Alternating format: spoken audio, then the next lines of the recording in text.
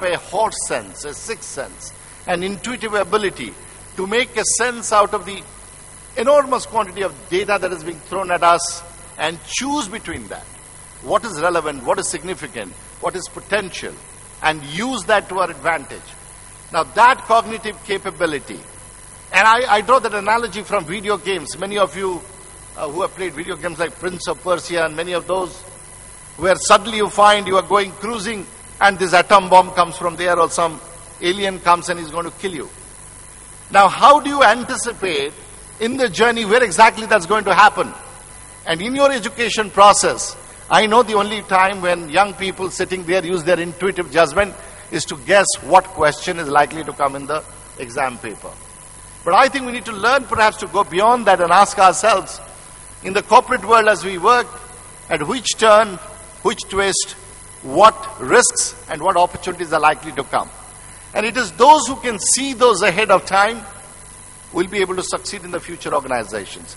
Now the question before human resources professional is, A, are we willing to build that capability? And B, is there a way to build that capability? I believe that where there is a will, there is a way, and therefore we need to build that willingness first in the organizations to build that capability. And if we manage to build that, the next question is to decide what's the best way perhaps we can build that capability.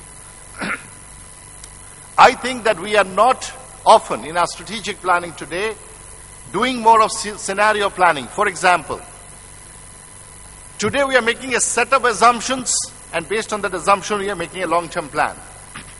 I think the future requires that we make 5 sets of assumptions and create scenarios linked to each of the sets of assumptions and think for ourselves that if this set of assumptions play out, how will the world look like and what would I do? And the second set of assumptions work out, how will the world look like, and what plans that I will put in place. And I need to have organizational agility to be able to flexibly move between the different scenarios I have. Creating comfort with change is perhaps the biggest challenge we have in the organizations today. Everybody settles down into roles and takes a long time to settle down into roles. Once stuck to a role, people do not want to move. And this is again a message that I have for the young India sitting up there. Today the whole world is looking at India, China, Vietnam, Korea as saying emerging markets of the world. Most of the people in the West, the professionals, would like to come and work in the emerging markets of the world. I find that young professionals in India today are getting stuck to the urban centers, Bombay, Delhi, Chennai, Kolkata, perhaps even Indore, while making